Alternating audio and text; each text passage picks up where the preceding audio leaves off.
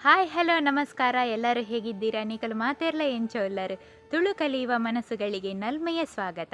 ಗೆಳೆಯರೇ, ಇವತ್ತಿನ ವಿಡಿಯೋದಲ್ಲಿ ನಾವು ಕುಟುಂಬದ ಬಗ್ಗೆ ಮಾತಾಡೋಣ.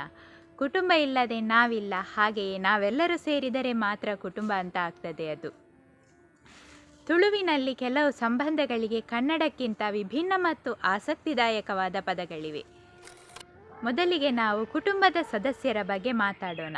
ಎಲ್ಲ ಕುಟುಂಬದ ಬ್ಯಾಕ್ಬೋನ್ ಅಂದರೆ ತಂದೆ ಅಥವಾ ಅಪ್ಪ. ಈ ತಂದೆಗೆ ತುಳುವಿನಲ್ಲಿ ಅಮ್ಮೆರು ಅಂತ ಹೇಳ್ತಾರೆ. ತಂದೆಗೆ ತುಳುವಿನಲ್ಲಿ ಅಮ್ಮೆರು ಅಂತ ಹೇಳ್ತಾರೆ. ತಂದೆ ಅನ್ನೋ ಸ್ಥಾನಕ್ಕೆ ಗೌರವ ಕೊಡಿ.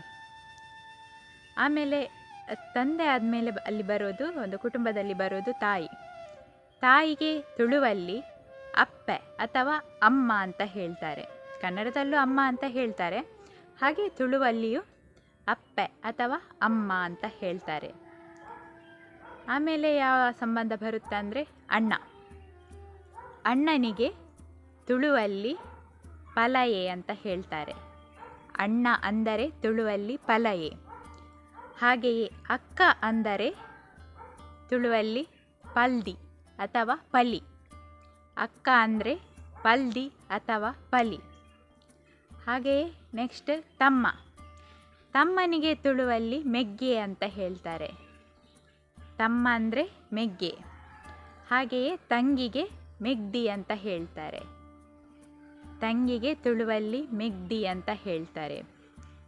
ಹಾಗೆಯೇ ಮತ್ತೆ ಬರೋದು ಅಜ್ಜ, ಅಜ್ಜ ಅಜ್ಜಿ. ಅಜ್ಜನಿಗೆ ತುಳುವಿನಲ್ಲಿ ಅಜ್ಜೆ ಅಥವಾ ಅಜ್ಜೆರು ಅಂತ ಹೇಳ್ತಾರೆ.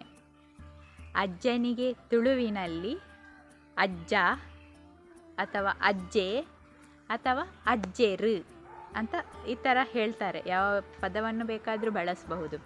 ಹಾಗೆಯೇ ಅಜ್ಜಿನಿಗೆ ತುಳುವಿನಲ್ಲಿ ಅಜ್ಜಿ ಅಂತಾರೆ.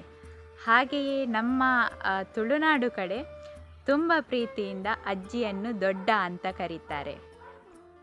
ಇವಾಗ ದೊಡ್ಡ ಆಯಿತು. ಆಮೇಲೆ ಮಗ. ಮಗನಿಗೆ ತುಳುವಲ್ಲಿ ಮಗೆ ಅಂತ ಹೇಳ್ತಾರೆ. ಮಗ ಅಂದರೆ ತುಳುವಲ್ಲಿ ಮಗೆ. ಹಾಗೆಯೇ ಮಗಳಿಗೆ ಮಗಳು ಅಂತ ಹೇಳ್ತಾರೆ. ಸರಿ ಗೆಳೆಯರೇ, ಇವತ್ತು ನಾವು ಕುಟುಂಬದ ಬಗ್ಗೆ ಮಾತಾಡಿದ್ವಿ ಅಲ್ವಾ? ಇವತ್ತು ನಾನು ನಿಮಗೆ ಒಂದು ಚಿಕ್ಕ ಕೆಲಸವನ್ನು ಕೊಡ್ತೇನೆ. ನಾನೀಗ ಒಂದು ವಾಕ್ಯ ಹೇಳ್ತೇನೆ ಕನ್ನಡದಲ್ಲಿ, ನೀವು ಅದನ್ನು ತುಳುವಲ್ಲಿ ನನಗೆ ಬರೆದು ಕಳಿಸಬೇಕು. ಆ ವಾಕ್ಯ ಏನಂದರೆ, ನಾನು ನನ್ನ ಕುಟುಂಬವನ್ನು ತುಂಬ ಪ್ರೀತಿಸುತ್ತೇನೆ. ನಾನು ನನ್ನ ಕುಟುಂಬವನ್ನು ತುಂಬ ಪ್ರೀತಿಸುತ್ತೇನೆ. ಇದರ ತುಳು ಅನುವಾದಿತ ಶಬ್ದಗಳನ್ನು ಕಮೆಂಟ್ ಬಾಕ್ಸಿಗೆ ಬರೆಯಿರಿ. ನಾನು ನಿಮ್ಮ ಕಮೆಂಟ್ಗಾಗಿ ಕಾಯ್ತಾ ಇರ್ತೇನೆ. ಬಾಯ್.